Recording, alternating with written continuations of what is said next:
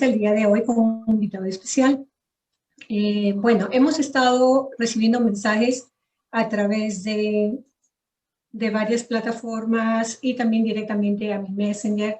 Y hay muchas personas que realmente están muy interesados en saber acerca de lo que es seguir conociendo más de lo que es la hipnosis. Aparte de eso, también están muy interesados y me han preguntado en lo personal, ¿no? Aquí en el área de Chicago, donde actualmente pues yo vivo también, acerca de cursos, ¿no? Cómo se pueden estar dictando estos cursos a través de online. Entonces, justamente hablando con Juan Cristóbal, un gran maestro que ahora se los voy a presentar, pues él nos dio el honor de poder explicarnos el día de hoy en qué consiste. Más adelante él nos va a dar paso a paso, ¿no? En qué consiste todo lo que es la academia, la formación de lo que es la hipnosis clínica.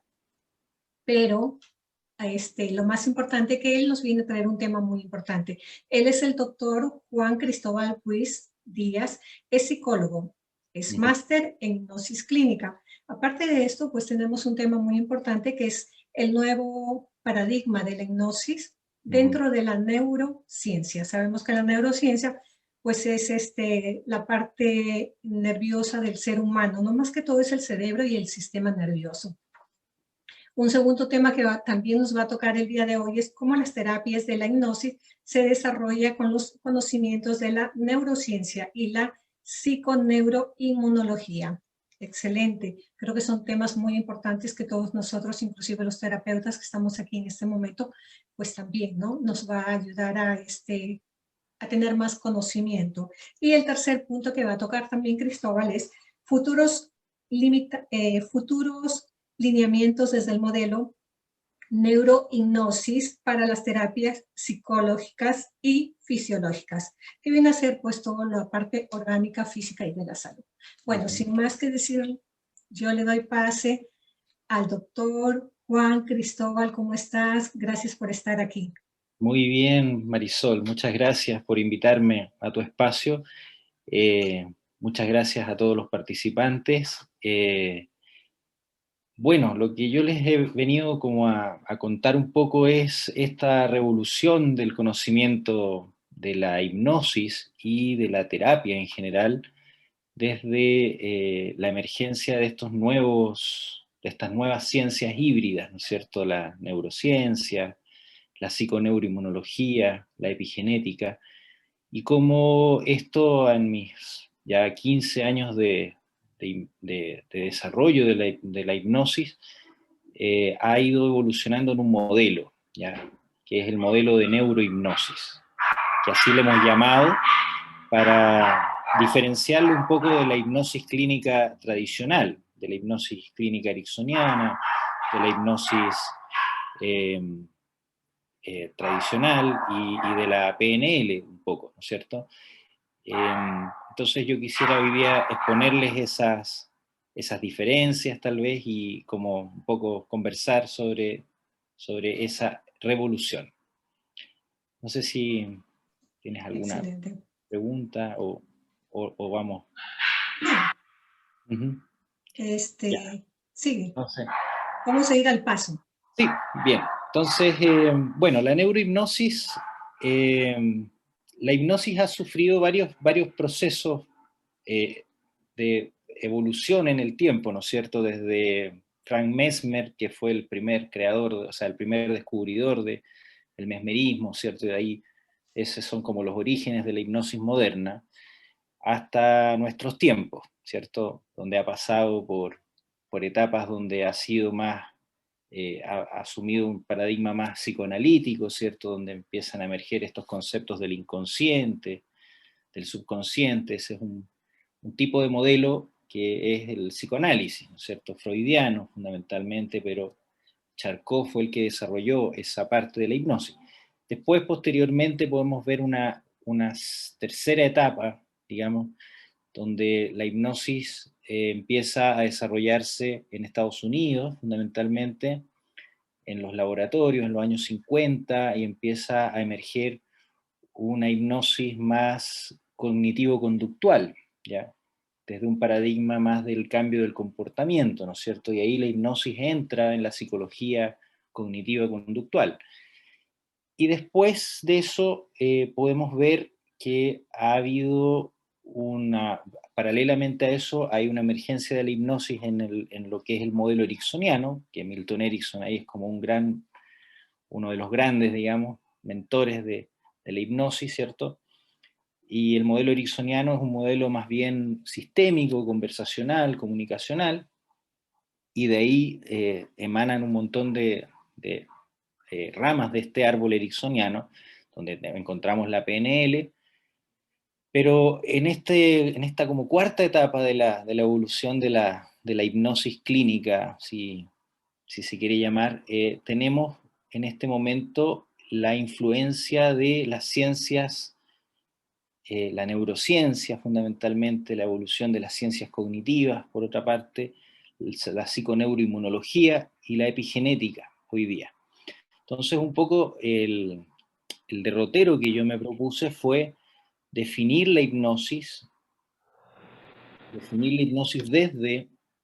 desde un paradigma neurocientífico que buscara esta manera de integrar los procesos, ¿ya? Porque muchos pensarán que la hipnosis es un estado mental, se habla mucho del estado mental. Los occidentales somos muy buenos para hablar de la mente, de la conciencia, del inconsciente, pero el inconsciente siempre como un estado mental también, ¿cierto? La teoría freudiana, el inconsciente, el subconsciente son estados mentales, son si se quiere, espacios mentales, ¿ya? Pero poco se ha hablado en el siglo XX al menos, sobre esta otra parte, ¿ya? Por ejemplo, las emociones empiezan recién a emerger hacia los últimos años del siglo XX, dentro de la ciencia.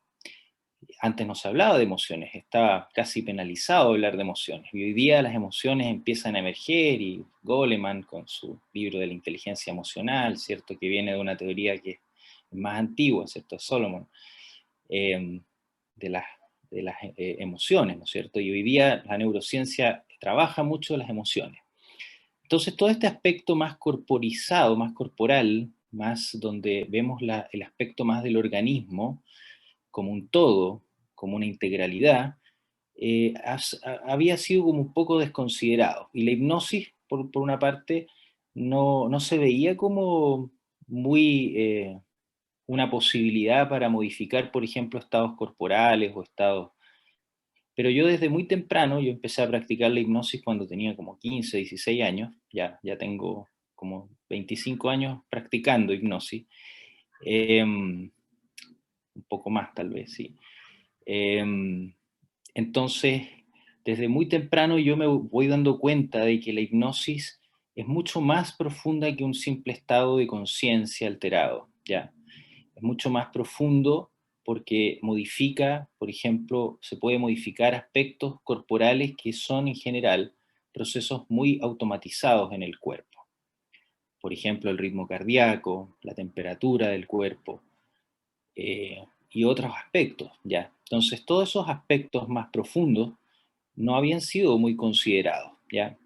En general, las teorías de hipnosis nos hablaban más de esta parte más de la conciencia, ¿ya? Que es lo que yo llamo el conscientocentrismo occidental, ¿ya?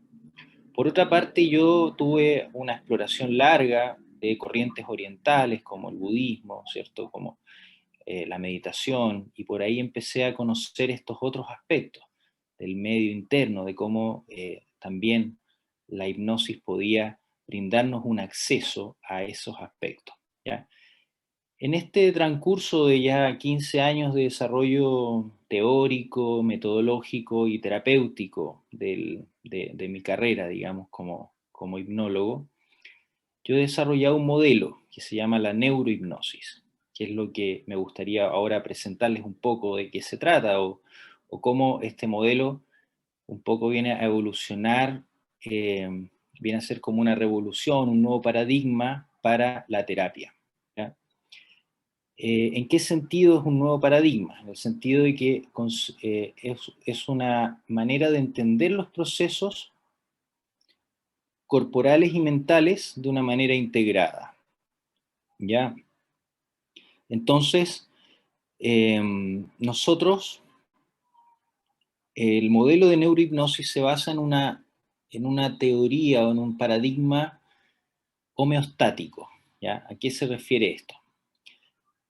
A que si nosotros observamos a los organismos vivos en general y al ser humano en particular, vemos que estos organismos, la clave de su supervivencia está en el logro de equilibrios internos, ¿ya?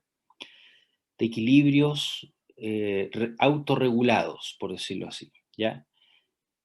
Entonces nosotros con mi profesor, mi mentor en la Universidad de Chile, que fue el doctor Guy Santibáñez, ya fallecido, él desarrolló un montón de estas teorías, digamos, pero fundamentalmente los procesos mentales también son procesos homeostáticos, procesos que responden a una cierta ecología dinámica, ¿ya? Entonces, si entendemos así los procesos mentales, nosotros, en general, en Occidente, tenemos una manera de interpretar los procesos mentales, los pensamientos, la conciencia, la percepción, como algo, como una especie de representación del mundo, ¿cierto? Como una especie de, como una manera de interpretar el mundo que tenemos en la conciencia, ¿no es cierto? Pero en verdad los procesos mentales no buscan eso, o sea, no es el objetivo de un proceso mental o de un proceso perceptual representar el mundo, sino que más bien es proveer un espacio de adaptación para el organismo. Entonces, si entendemos esto de esta manera, ¿ya? Nosotros entendemos que la dinámica de un organismo en desarrollo, de un ser humano, por ejemplo, de una persona, en su desarrollo, es justamente un devenir en estados homeostáticos. ¿Ya? A estos estados homeostáticos nosotros les hemos llamado estados globales. ¿Ya? Les voy a mostrar una laminita para ilustrar un poco esto. Entonces, los estados globales básicamente son, voy a agrandarla aquí, un estado global es una manera en que el sistema neuroendocrino, nervioso endocrino, incluso ahora le podríamos agregar una I, porque hoy día en la teoría vamos avanzando hacia el sistema inmune también. Los sistemas nervioso, endocrino, inmunológico son los sistemas de integración que tiene el organismo, ¿ya? Y estos sistemas generan procesos. Ya nosotros, para simplificar un poco el mapa, digamos, llamamos a estos procesos 4 clases de procesos. Un tipo de procesos que son los viscerales, que son todos los procesos que se dan en el medio interno del cuerpo, ¿cierto? Como la digestión, ¿cierto? La circulación, la respiración, todos esos procesos son procesos viscerales, la sudoración, etc. ¿Ya? Y montones más, digamos, todos los procesos hepáticos, endocrinos, todos son procesos viscerales, ¿ya? Por otro lado, también nuestro sistema neuroendocrino produce procesos subjetivos o procesos virtuales, como le llamamos nosotros, que son todos los procesos en los que estamos ahora. Por ejemplo, ahora en esta clase, ustedes están conscientes de lo que estoy diciendo, ¿cierto? Están tratando de entender este esquema, y eso es un proceso virtual para ustedes, ¿ya? Todo lo que les pasa en la conciencia, todo lo que perciben conscientemente, ¿ya? Y lo que están pensando, lo que están, eh, lo que digamos pueden hablar, también son procesos virtuales. Por otro lado, hay una gama de procesos que son procesos automatizados del cuerpo, ¿ya? Que son todos los procesos que están altamente automatizados. O sea, nosotros tenemos más o menos, hoy día en neurociencia se sabe que más del 97% de los procesos que hace el cuerpo no le pide permiso a la conciencia para hacerlo, lo hace de manera automática. Muchas de las decisiones que nosotros tomamos, las tomamos a través de estos procesos automatizados. Muy pocas veces interviene la conciencia en realidad. La conciencia un aspecto más integrativo, entonces más nuevo en esta evolución. Entonces, por otra parte, tenemos los procesos operacionales, que son todos los movimientos corporales que hacemos cuando caminamos, cuando nos vestimos, cuando manejamos, etcétera. Ahí están todos esos procesos operacionales. ¿Qué es lo que pasa con estos procesos? Que no se dan de manera separada, si bien responden a áreas diferentes del cerebro, ¿cierto? Sin embargo, están integrados en un tipo de estado que es el estado global, ¿ya? ¿Qué es el estado global en este sentido? Son tipos de integración que nuestro sistema, nuestros 3, 4 sistemas de integración que nombré, nervioso, endocrino, inmunológico, ¿cierto? Hacen para generar una manera de ser en un espacio, ¿ya? Por ejemplo, yo tengo una manera de ser cuando voy a una clase, como esta, por ejemplo, ¿cierto? Cuando voy a una conferencia. Pero también tengo una manera de ser como papá, tengo una manera de ser como hijo, tengo una manera de ser en la calle, cuando voy caminando. Entonces, cada una de estas maneras de ser, ¿ya? Cada una de estas identidades es un estado global particular, ¿ya? Es una manera, una forma de ejecutar estos procesos de una manera determinada. Cuando estamos dormidos, también es un estado global, el sueño, ¿ya? Entonces nosotros tenemos varias maneras, varias microidentidades, como le va a llamar el profesor Varela, ¿cierto? Microidentidades para micromundos. Si nosotros, por ejemplo, nos cambiamos de país, si, por ejemplo, Marisol, no sé de dónde es originaria, pero cuando se fue a Estados Unidos, me imagino que cuando fue a Estados Unidos la primera vez se halló como extraña, porque tenía costumbres de otro país, ¿cierto? Entonces, Soy de Perú. de Perú, ya, Sí, bien. somos Eh, vecinos. vecinos, muy bien, muy bien.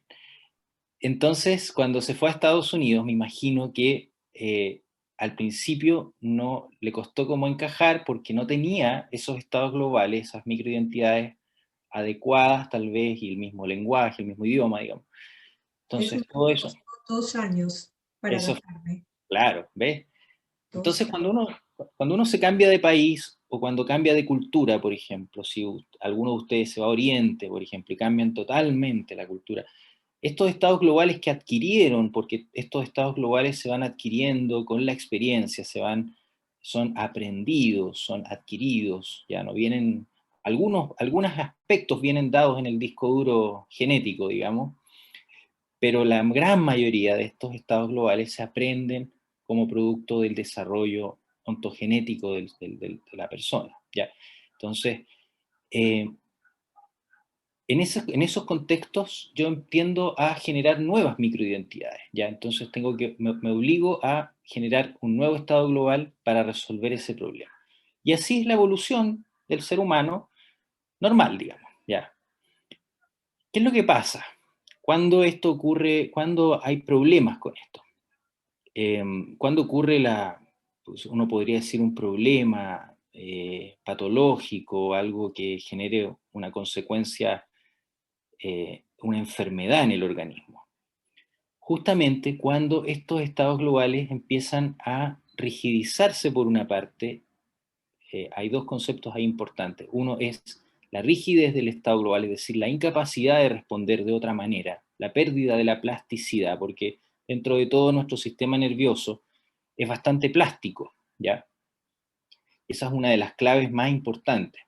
Ya voy a introducir la hipnosis, pero quiero primero presentar esta parte más teórica. Entonces, cuando perdemos la plasticidad, es decir, cuando hay rigidización de los estados globales, y y la otra figura que genera patología es cuando hay disociación. Es decir, por ejemplo, cuando yo puedo estar, por ejemplo, hablando de algo, ¿cierto? Puedo estar, por ejemplo, dando esta clase, pero mis procesos viscerales están preocupados de, por ejemplo, de lo que me pasó con mi hijo, supongamos. Entonces ahí Y nosotros los occidentales somos especialistas en disociar. ¿Ya? Disociamos estas funciones. Entonces, ¿qué es la hipnosis en este sentido? La hipnosis es un tipo de estado global, ¿ya? Donde estas flechitas, donde estas flechas desaparecen estas flechas, y es un estado global que yo le llamo el estado naïve. Ya, naïve es una palabra en francés que significa inocente. Es un estado global inocente. La hipnosis nos remonta a la niñez, por eso tiene mucha relación con lo regresivo, ¿no es cierto? Muchos aquí hablan, yo me imagino que muchos de aquí conocen las regresiones. La hipnosis es en sí un estado regresivo, ¿ya? ¿Por qué es regresivo? Básicamente es regresivo porque nos remonta a un modo de funcionamiento inocente, es decir, a un modo de funcionamiento donde este estado global está abierto, es decir, donde yo no tengo una manera de responder automática, una manera de responder programada, por decirlo así. Yo sé, no me gusta usar ese lenguaje, pero una manera de responder aprendida hacia un medio, sino que tengo todas las posibilidades para reaprender, ¿ya? Para reasociar. ¿Bien? ¿Se entiende esto hasta aquí o no? ¿Estamos más o menos? Entonces, hay varias evidencias que apoyan esta hipótesis. Por ejemplo, evidencias de la neurociencia actual, varios laboratorios han estado midiendo la actividad cerebral y lo que ocurre es una desincronía, porque en los estados globales hay un alto nivel de sincronización entre las partes que funcionan. Es como cuando ya se conocen los maestros aquí adentro, ya saben qué hacer. Entonces, cuando ya saben qué hacer, es rápida la actividad. Entonces, la actividad en hipnosis es más distribuida y más lenta y más disociada. Las áreas no se asocian entre ellas. Entonces se parece más al cerebro de un niño que está tratando de organizar esta actividad neurofisiológica, ¿ya? Ahora ustedes me preguntarán, bueno, ¿entonces la hipnosis es un estado natural del cuerpo? Sí, es un estado natural, ¿ya? Y de hecho nosotros pasamos en hipnosis bastante tiempo, ¿ya? Imaginen en una caminata cuando yo de repente, en un momento como que me voy del espacio-tiempo y ahí mis procesos se están reorganizando, ¿ya?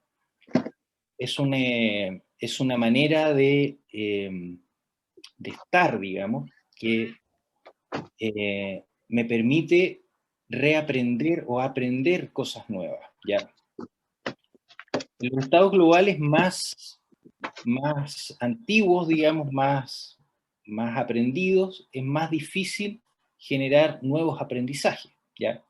Por eso las personas, el dicho que dice, más difícil o sea, es difícil enseñarle trucos nuevos a un perro viejo, tiene sentido en ese sentido, porque las personas mientras más van avanzando en edad, van generando más rigidización de estos estados globales, pero nunca en el ser humano, nunca se cierra, porque tenemos este estado global que es la hipnosis que nos permite siempre constantemente estar reaprendiendo, ¿ya? Entonces, ¿qué es lo que hacemos nosotros terapéuticamente desde esta perspectiva con hipnosis? Nosotros abrimos la experiencia, ¿ya? Yo la hipnosis la represento como una especie de enzima psíquica, ¿ya?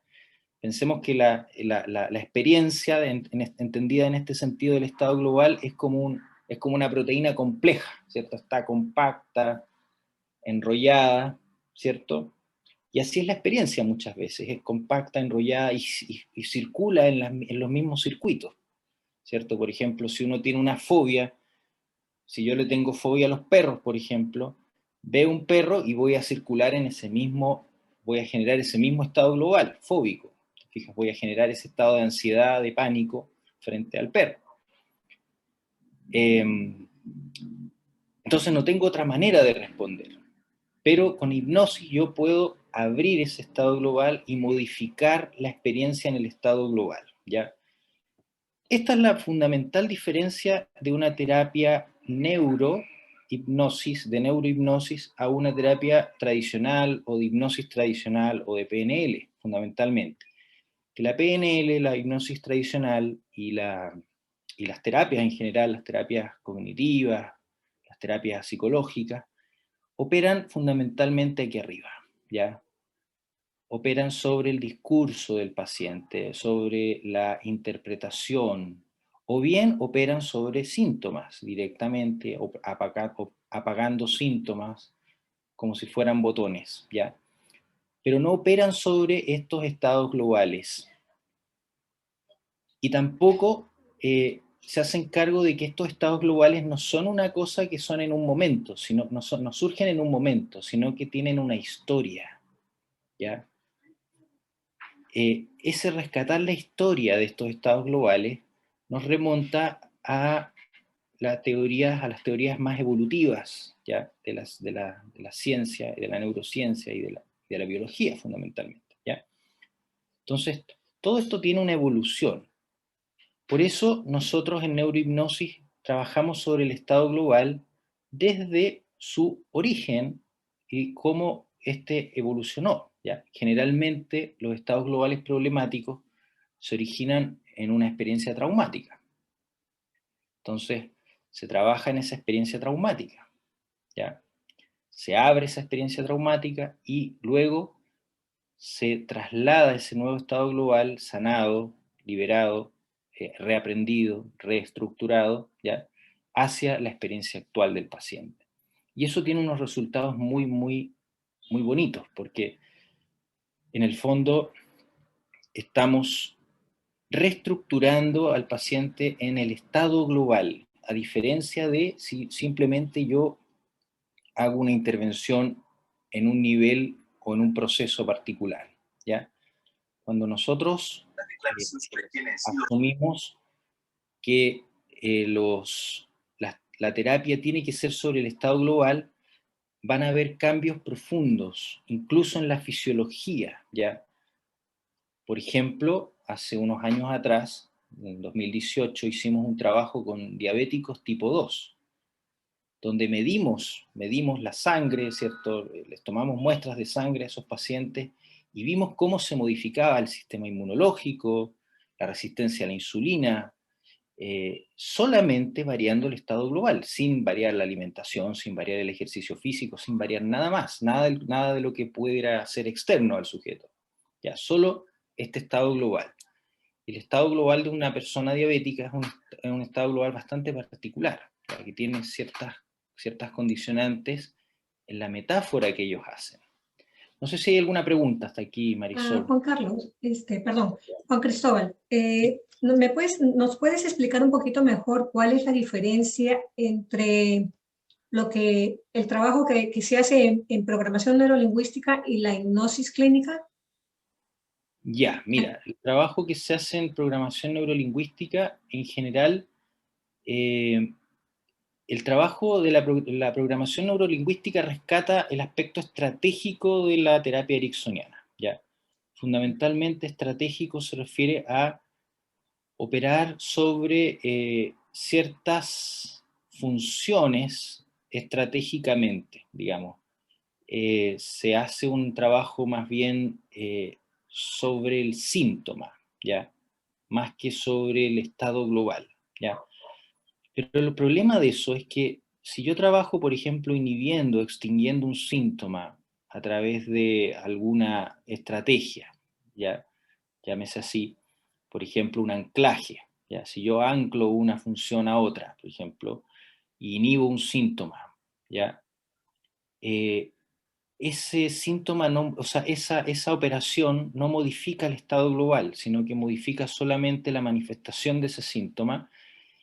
Y nosotros dentro de nuestra filosofía más paradigmática, digamos, pensamos que los síntomas son funcionales al sujeto, ¿ya? O sea, si la persona es un alcohólico, imaginemos, ese alcoholismo le es funcional a esa persona.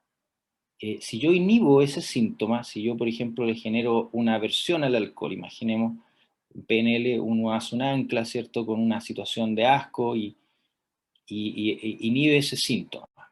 ¿Qué es lo que va a pasar con el sujeto? Lo dejo sin un equilibrio, porque le saco el síntoma que lo está equilibrando. Entonces, en el fondo, incluso puedo hacerle más daño que bien ya a esa persona. ¿Qué es lo correcto en el fondo? Tengo que modificar ese estado global que hace que la persona tenga una impulsividad y tenga una dependencia, ¿ya? Antes de sacar los síntomas, ¿ya? Entonces, lo que nosotros hacemos es que vamos tratando de darle ciertos bastones a la persona, ciertas herramientas HAP que le llamamos nosotros, que son bastones, paralelamente que se va trabajando sobre la estructura del estado global. Pero la intervención principal siempre, en todas las terapias, es sobre esta integración. Esta integración global nosotros le llamamos metáfora del problema. O sea, es una metáfora porque es una manera que el sujeto tiene de construir su problema en un nivel más organísmico, digamos. O sea, por ejemplo, pero aún así es como se puede representar en una metáfora, por decirlo así, ¿ya?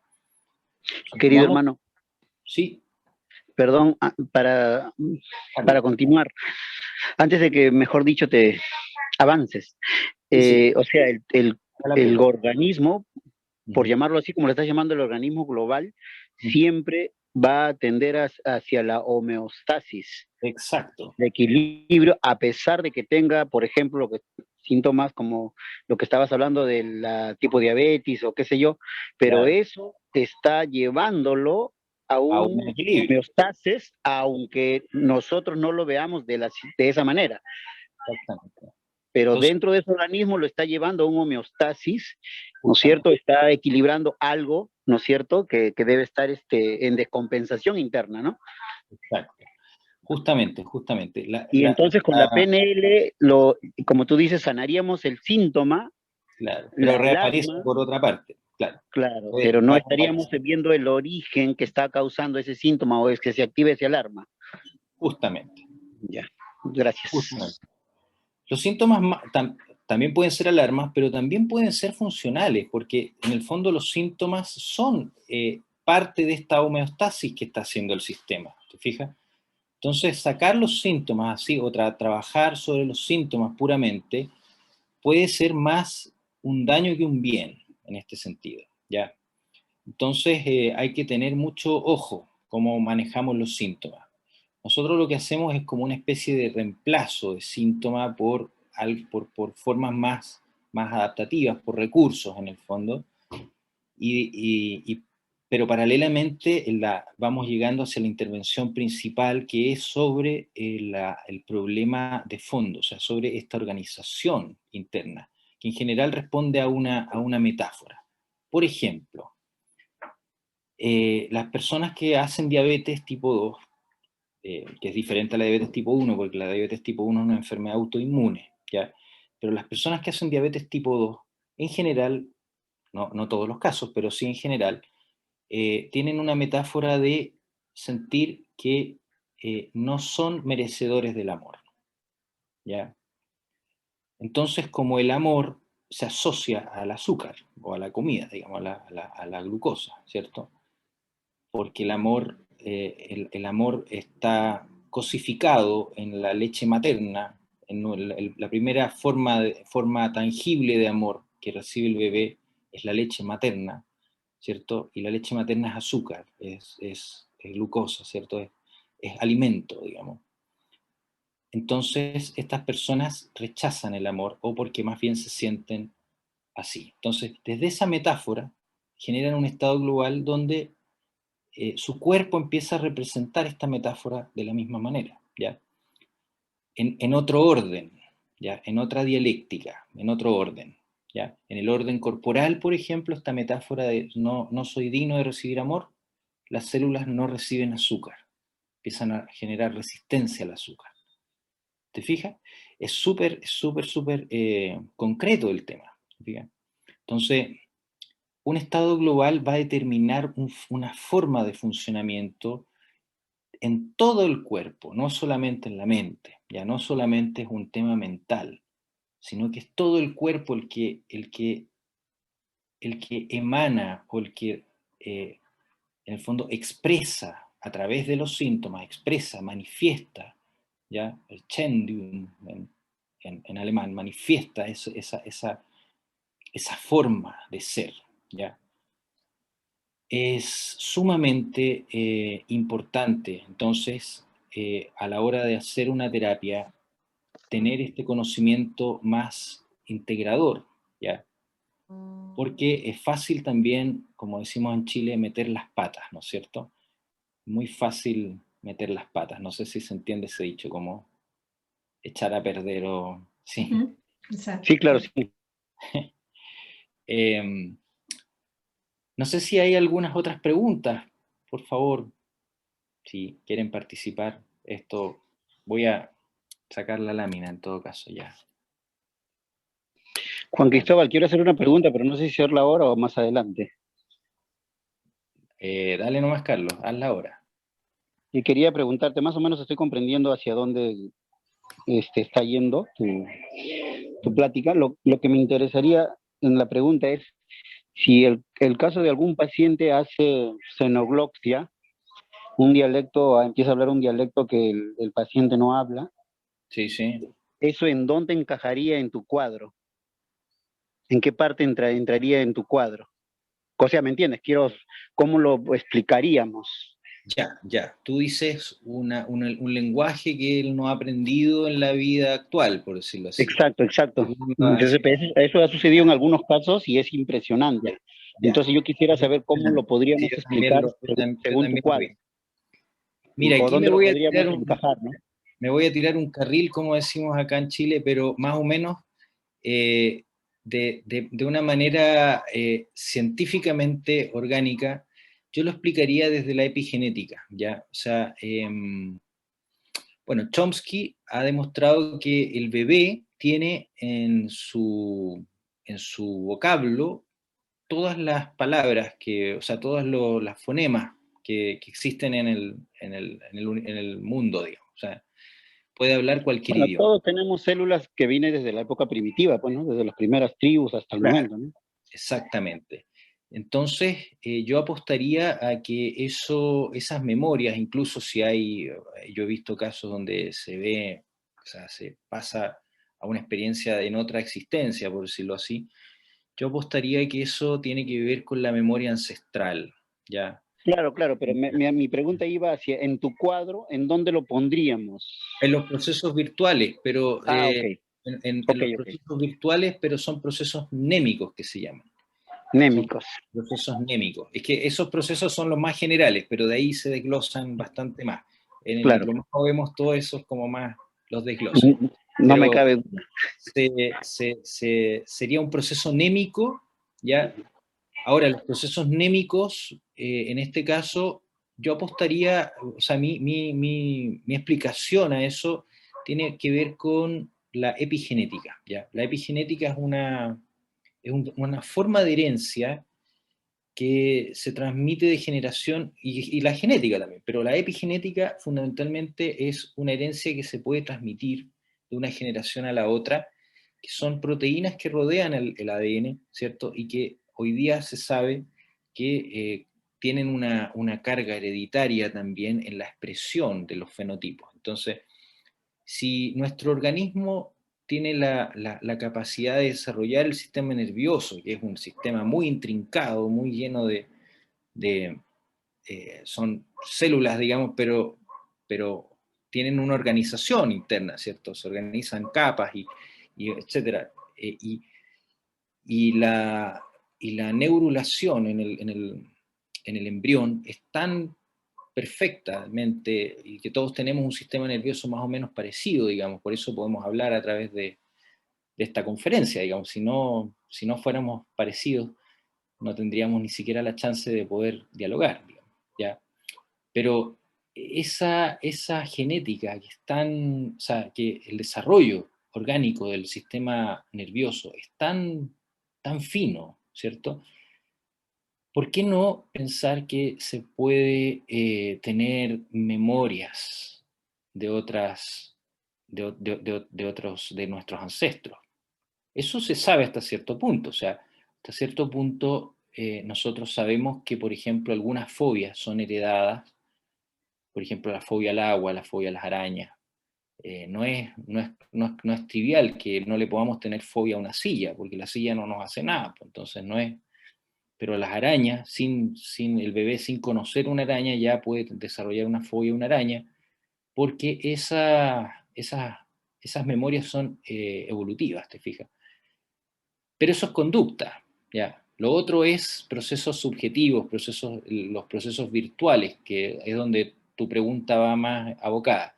No hay evidencia hoy día que los procesos virtuales se puedan heredar, o sea, que hayan recuerdos que se puedan heredar, pero la hipnosis, o sea, por lo menos dentro de mi experiencia, yo creo que la mayoría de los que hacen hipnosis aquí han visto regresiones a vidas pasadas y evidentemente es muy sorprendente la cantidad de detalles o la calidad de los recuerdos, y evidentemente eso puede responder a dos fenómenos, fundamentalmente. Uno, a que la persona alucina algo, digamos, o bien esta memoria de linaje que yo le llamo, ¿ya?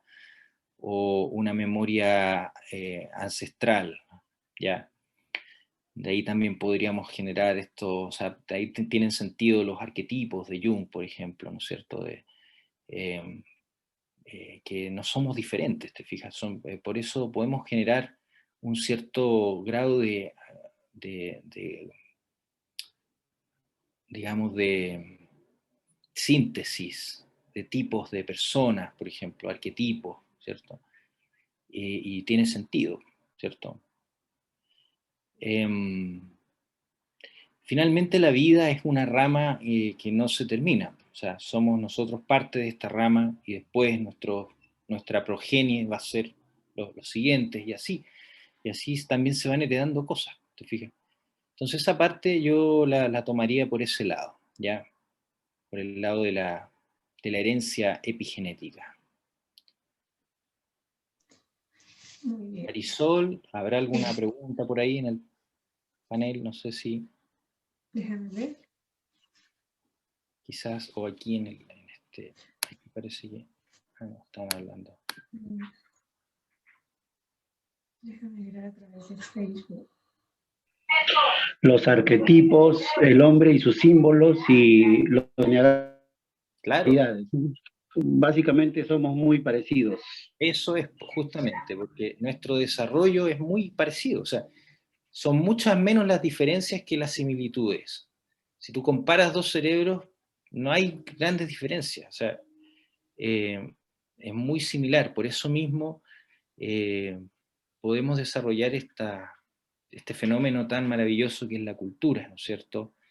Que es una expresión de también de esta emergencia del ser más virtual, ¿no es cierto? Del aspecto más de esta realidad virtual, que cada vez es más virtual. Hoy día ya tenemos reuniones online que podemos juntarnos con gente de todo el mundo.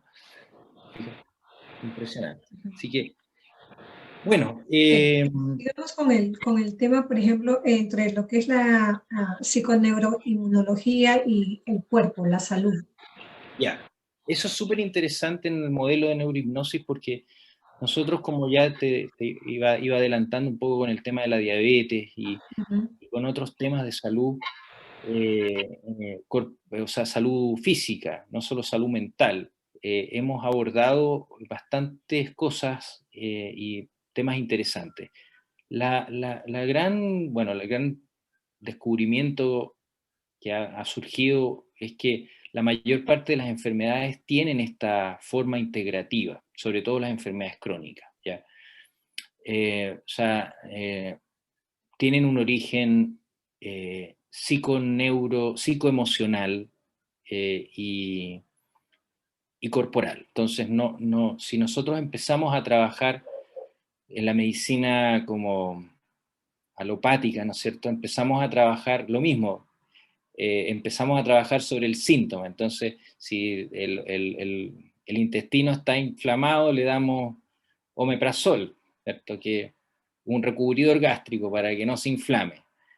Pero no estamos entendiendo cuál es el sentido metafórico de esa inflamación, ¿te fijas? No estamos entendiéndolo en el estado global del sistema.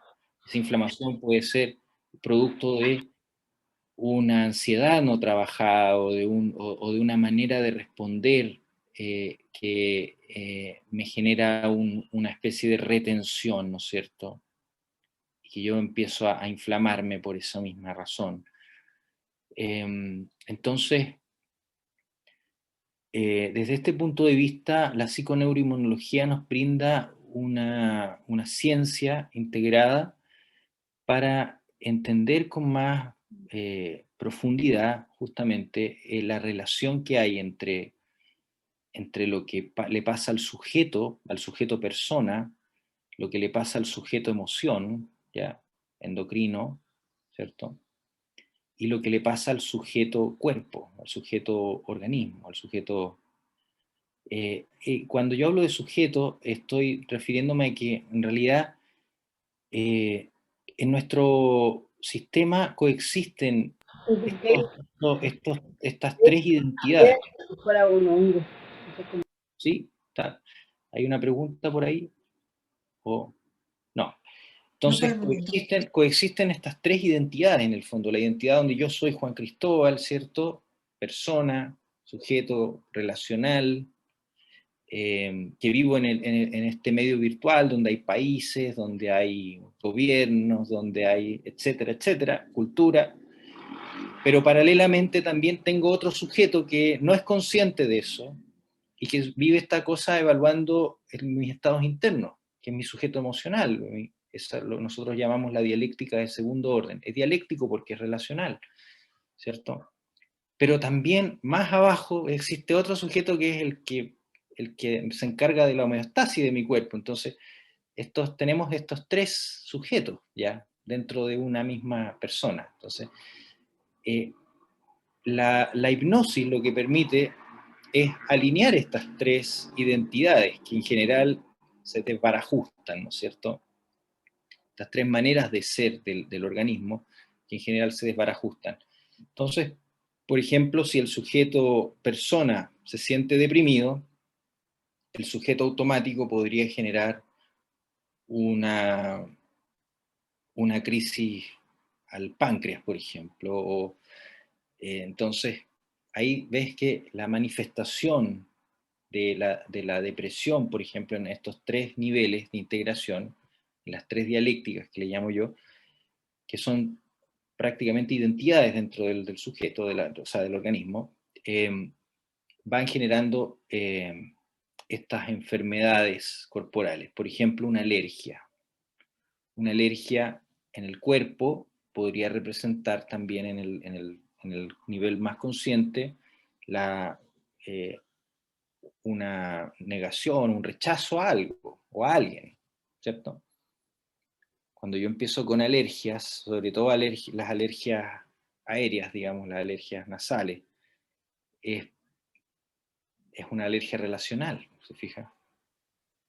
¿Qué pasa en este caso, por ejemplo, con las alergias de los niños? Los niños... ¿Es vinculado con los de los padres? Claro, es vinculado con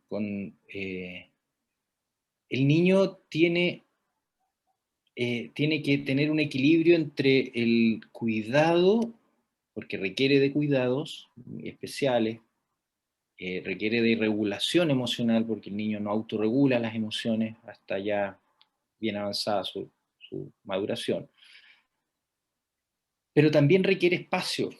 Entonces los padres, hoy día podríamos pensar que hay padres que restringen, por ejemplo, la interacción de este niño, y obviamente esa interacción también tiene que ver con el medio externo, o sea, también la interacción con la tierra, con los microorganismos, con todo eso, va generando un sistema inmune más débil. En cambio, uno que se criaba en la tierra y comía tierra y qué sé yo, gusanos y todas las cosas había ahí por haber, y tomaba leche de burra, no sé, pues. En mi tiempo mi abuelita me daba leche de burra, porque decía que era bueno para la inteligencia, no se equivocaba tanto. Yo creo que sí, no se equivoca. Entonces, si tú compartes, porque todo esto es una ecología en el fondo, nuestro sistema es una ecología, ¿ya? Es ecológico, y los procesos psíquicos también son ecológicos, ¿ya? Entonces, en la medida que yo me relaciono con mis medios, voy conociéndolos y voy generando esta dialéctica, ¿ya? Que me va brindando una mejor adaptación, ¿ya? No puedo ser ni absolutamente abierto ni tampoco absolutamente cerrado, ¿ya? Entonces, las alergias en los niños tienen que ver con esto, como con esta sobreprotección por una parte, y por otra parte con la falta de interacción que van teniendo al vivir en un mundo cada vez más sintético, ¿no es cierto? Y bueno, también podemos sumar a eso que le damos antibióticos a los niños, y eso obviamente genera todo un tema ahí Un tema que bastante es importante para, sobre todo para buscar la raíz principal, ¿no? De dónde proviene y sanar. pero si la raíz es psíquica, porque hay enfermedades, por ejemplo, enfermedades orgánicas que generan fenómenos psíquicos, y hay enfermedades psíquicas que generan fenómenos orgánicos. Entonces, esta es como un círculo. ¿Te fijas? Es como el estado global es un círculo. No es que unas generen a las otras y las otras a las otras. Va de arriba hacia abajo y de abajo hacia arriba. O sea, en el fondo es una integración lo que se va a generar, ¿ya? Pero si es una manera metafórica de representar un conflicto psíquico, el conflicto psíquico tiene que ver con la invasión, ¿ya? De los padres o de alguien que me está invadiendo, que no deja, no me permite, no me permite ejercer mi límite. Entonces yo ahí genero una reacción corporal, alergia, dermatitis, Claro. etc. ¿Ya? Excelente. Fíjate. Tenemos una pregunta de Katy. Sí, Katy. Catilla. Dice, ¿qué pasa con una persona que tiene una alergia general? Empieza desde la cintura hasta arriba, en la cara, y si no toma antihistamínicos, le aparece en todo el cuerpo. Y en el caso de La psoriasis. psoriasis, Claro, ¿esto no es claro. alergia? La psoriasis es como es un tipo de más que una alergia, es como una desescamación de la piel, ¿ya? Y ahí hay que entrar en ver qué representa la piel, ¿cierto?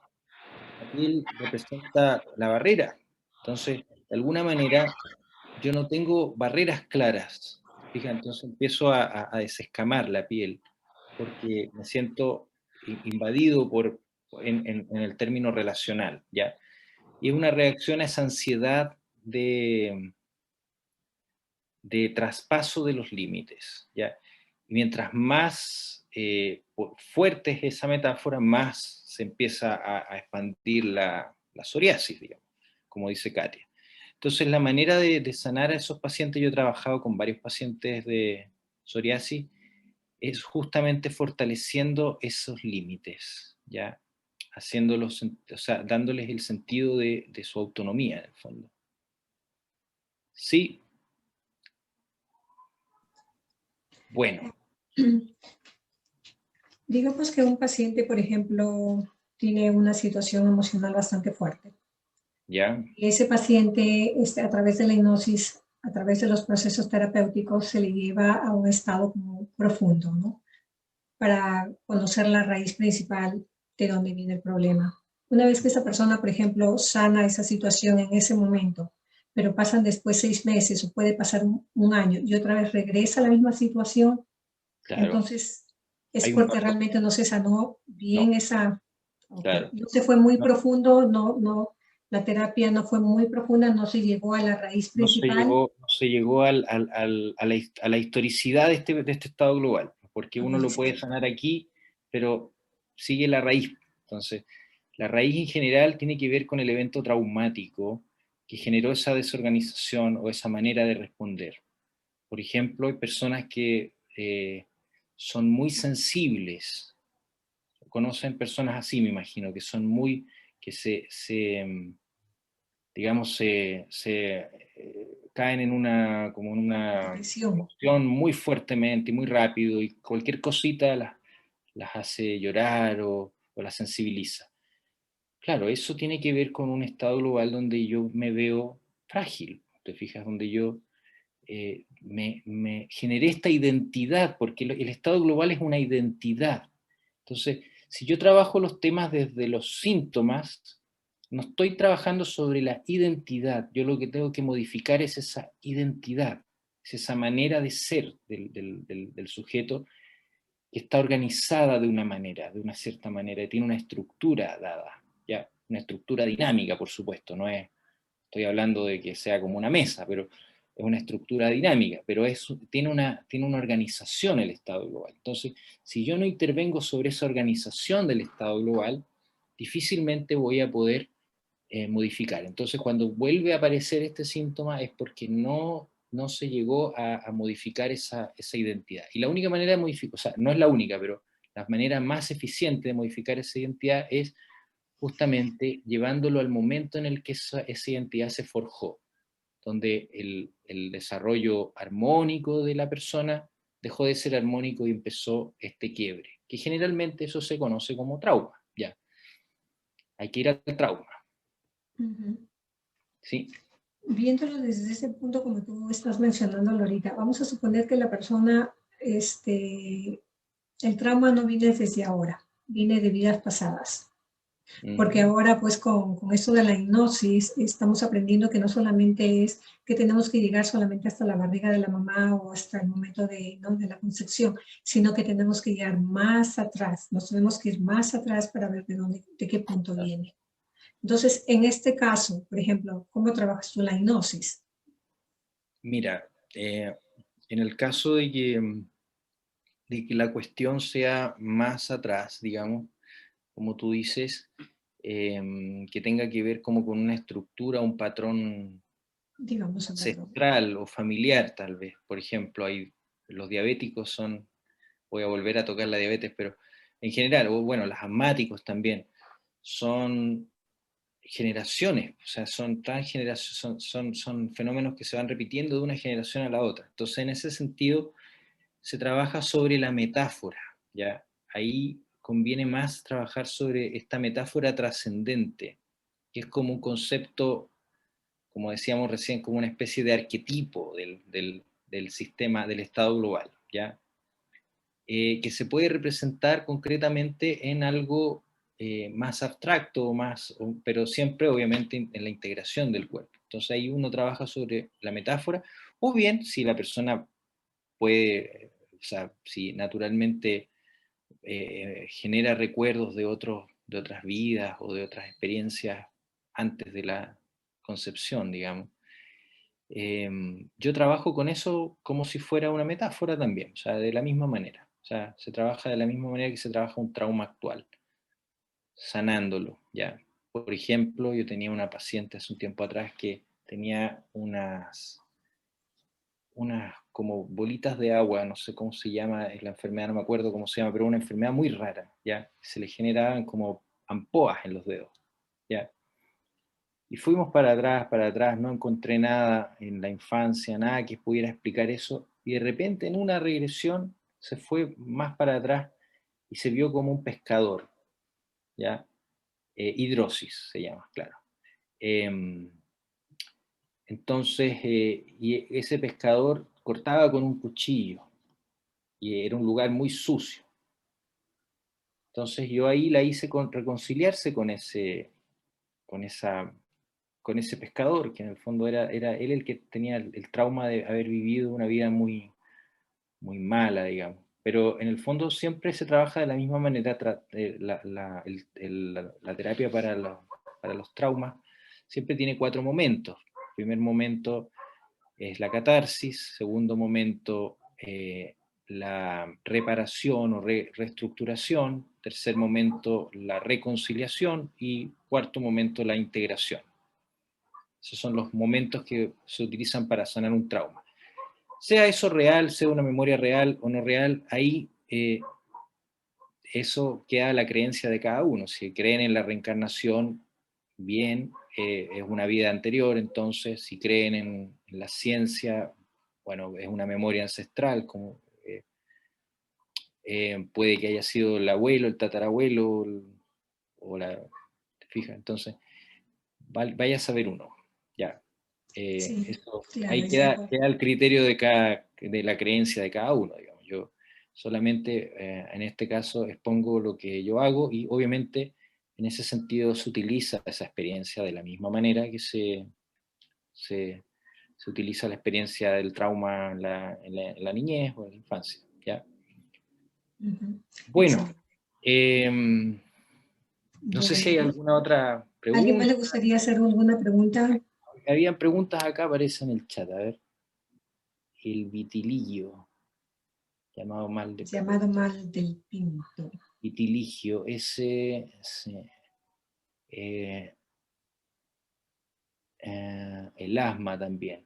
Bueno, el asma en los niños aparece como una especie, o sea, el asma es una forma de ahogo, de no poder respirar. Tiene que ver con, ¿qué no nos deja respirar en general? Tiene que ver con la relación mamá-hijo o mamá-hija, ¿ya? Eh, hay que, tiene que ver con la ansiedad de la madre hacia el hijo, ¿ya? Un cuidado ansioso, ¿ya? Que en el hijo se manifiesta como ahogo. O también partos que fueron, yo sé bastante de esto porque tengo pacientes que han sido asmáticos de niños, digamos, y son partos muy ansiógenos, o sea, como que es un bebé, digamos, no planificado y que tienen muchos condicionantes ansiógenos en el embarazo, ¿ya? Entonces eso genera este patrón de ahogo, ¿ya? Bueno, Y para es- sanarlo, obviamente hay que sanar a la madre, hay que trabajar con la madre, ujú. En principalmente. casos de asma, por ejemplo, si la mamá y el papá no tuvieron el asma y uno de los hijos, en el caso mío, 5 hermanos y mi Claro, hermano mayor sí tiene asma, pero por claro, ejemplo, mamá y papá no lo tienen, abuelos claro. tampoco, No, porque pero no es hereditario en ese sentido, sino que es exacto, epigenético. Claro. exactamente. Tiene que ver con lo que pasó en la vida intrauterina, con las emociones que tenía tu mamá, en el fondo, eh, con sensaciones como de desprotección, ¿ya? Que hacen que esa mamá sea sobreprotectora. Te fijas que es como la contrarreacción. Claro. Y sigue la cadena, ¿verdad? Y ahí sí, Porque, por y ejemplo, ahí ya la cadena se arma y sigue y es transgeneracional, claro, claro, justamente. excelente. Muy Eh, interesante, Roberto. En el caso del vitiligio llamado mal de pino, donde la piel va perdiendo mielina. Sí, sí, sí, sí, sí, sí, conozco el vitiligio. No he trabajado con pacientes con vitiligio, la verdad, pero lo conozco, el vitiligo. Son manchas blancas que se va descolorando la piel, ¿no es cierto? Va perdiendo el- la melatonina. Eh, habría habría que investigarlo. No, no, eso no lo hemos trabajado todavía, pero todo lo que es a la piel me resuena con el ámbito relacional de la persona, ¿ya? La decoloración de la piel tiene que ver como con una decoloración de mi persona, o sea, de alguna manera está relacionado en el medio subjetivo, en el medio corporal, ¿ya? Em, Entonces por ahí podría ir una explicación, pero estoy hipotetizando nomás. Tendría que conocer un paciente para poder tratarlo. Si conocen alguno, mándenlo al instituto. Nosotros somos una organización sin fines de lucro dedicada a la investigación y a la formación, el desarrollo de profesionales de la hipnosis en el modelo de neurohipnosis.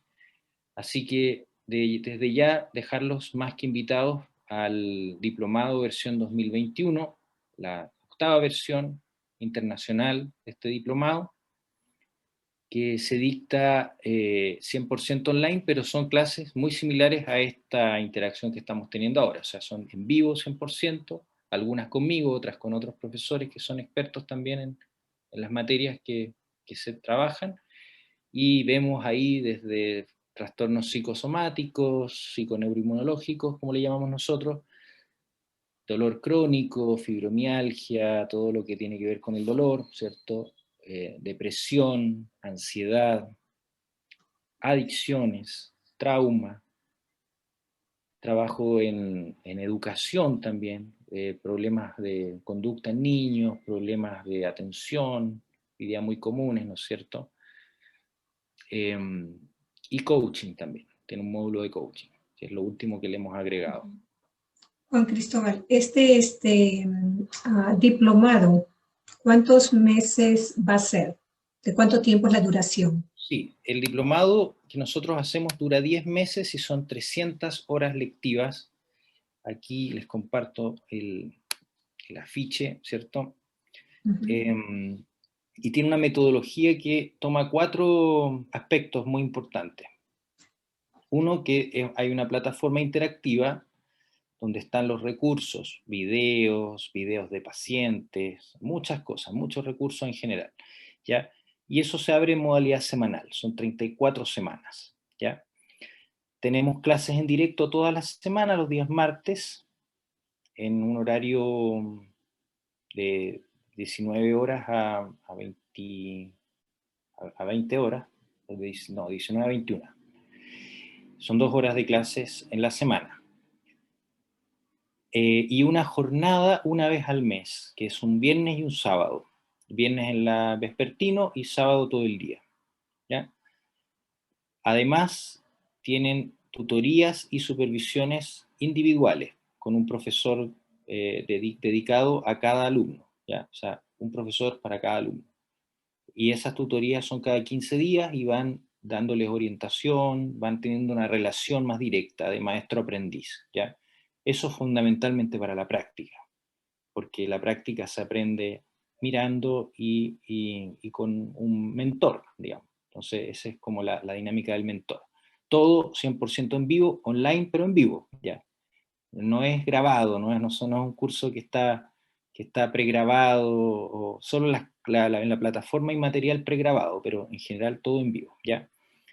Y también tenemos un módulo que son los sábados del diplomado, que es formación y desarrollo de la persona del terapeuta, ¿ya? Porque nos fuimos dando cuenta de que este aspecto es súper importante, sobre todo porque el terapeuta tiene que tener estrategias de autocuidado, estrategias también para armar su consulta, ¿ya?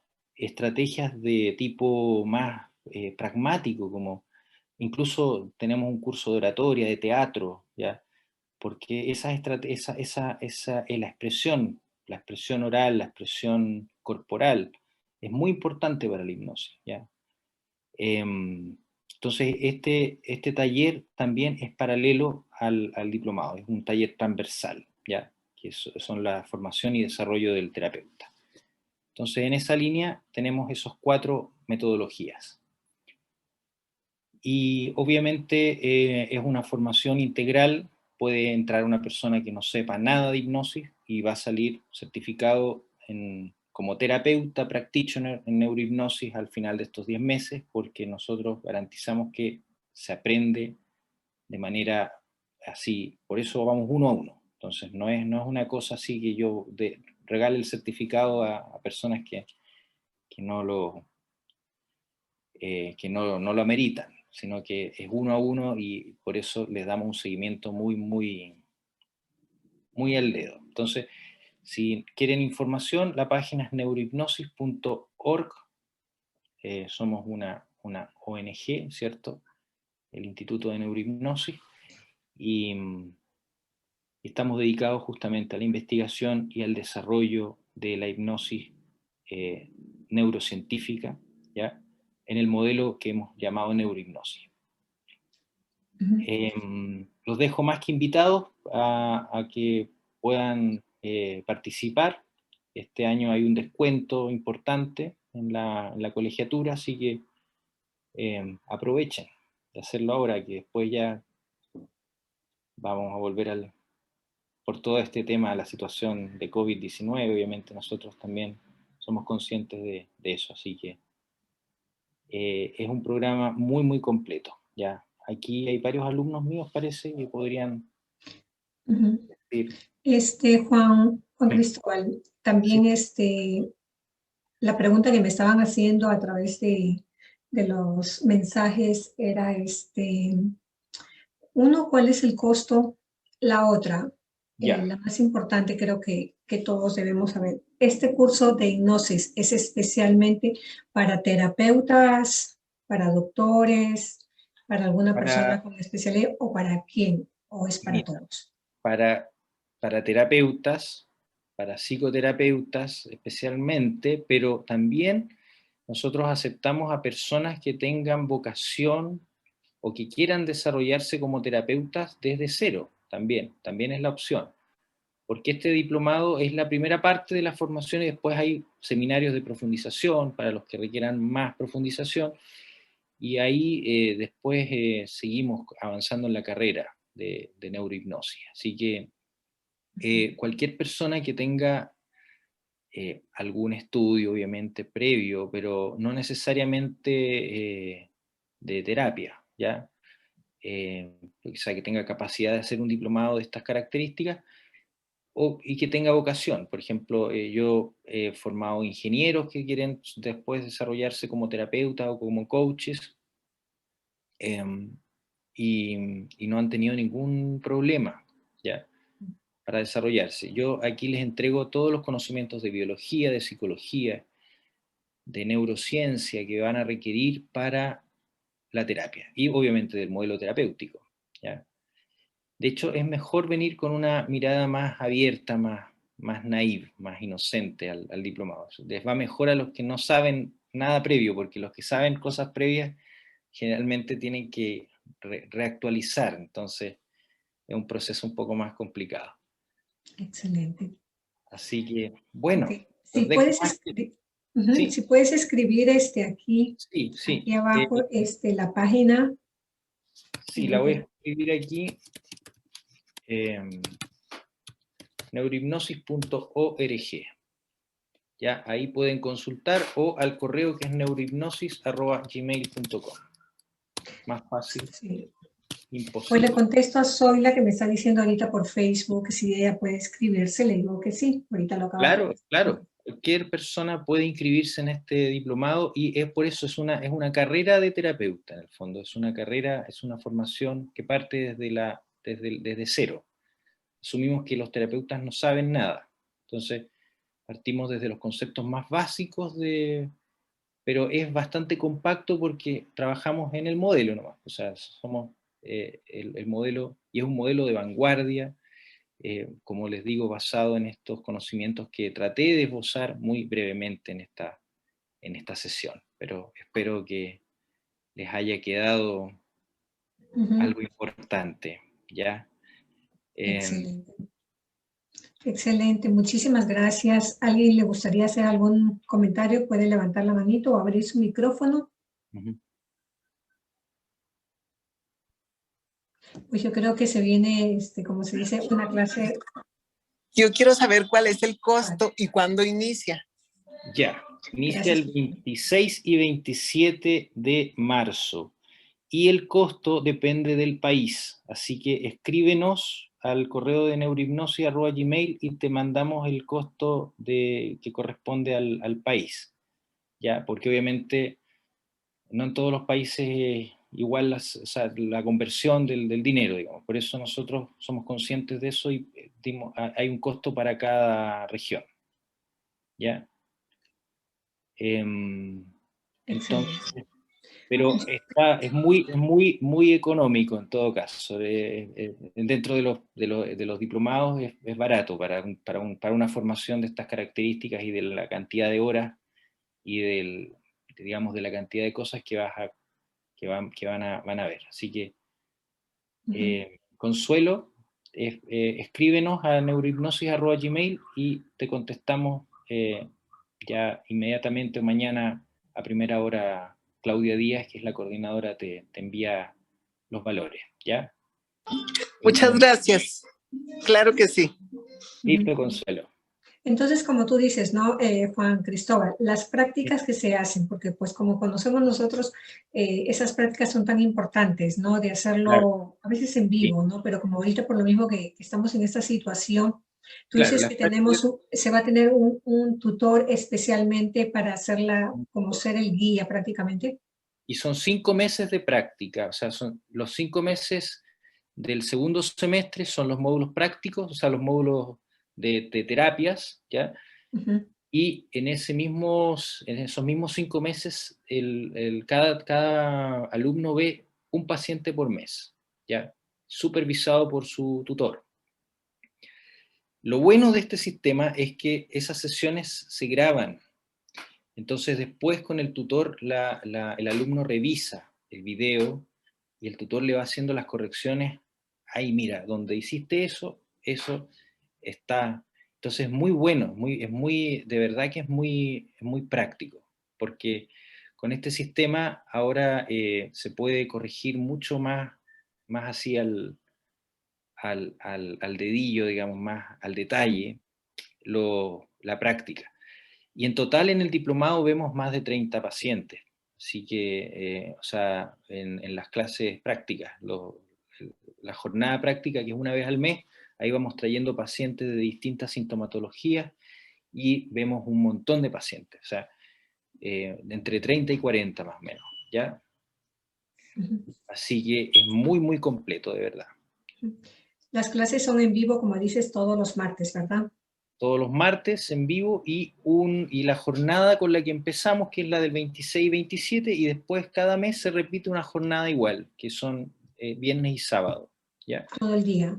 Ahí yo les mando el cronograma a las personas que me escriban, ya tenemos toda la organización del año, así que ojalá que se motiven para que hagan una formación de alta calidad y muy, muy efectiva, o sea, muy de vanguardia, digamos, ¿ya?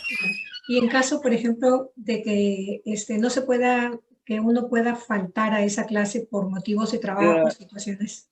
queda grabada y guardada en la plataforma. O sea, todo se graba. Entonces, si alguien se perdió una clase de un fin de semana, por ejemplo, o se perdió o tuvo que salir a la mitad de la clase, después la puede ver al día siguiente. ¿Ya? Todo se sube un día después. ¿Ya? Ok, muy bien, me parece muy bien. No sé si alguno de los alumnos que están ahí, Edith o Carolina, ellos hicieron el diplomado del 2020. Tomaron parece que no, no están. No, profesor, buenas noches, sí, sí Buenas estamos. noches, Edith. Sí ¿Cómo estamos, por favor, no faltaba estás? más. Sí, darles, por supuesto, darles todo el cariño y el agradecimiento al Instituto de Neurohipnosis. Yo he tenido el privilegio de acompañar y aprender y estar en este proceso de formación como terapeuta, y quiero decirles que vale muchísimo la pena. Va de menos a más, uno cada día aprende un poquito más, acompañada de sus tutores, cada día un poquito más, y luego al practicar, al lanzarse en la piscina, realmente uno va viendo los resultados que son maravillosos, viendo cómo los pacientes van encontrando alivio, se van sanando, van abriendo un poco sus heridas y eh, se va como empezando a navegar en un agua muy profunda, donde hay ciertamente mucha necesidad. Y entonces, mi mensaje es que toda persona que quiera servir al otro, darse un poquito a través de una terapia con vocación, con energía, con amor, este es el camino para iniciarse y lanzarse con decisión.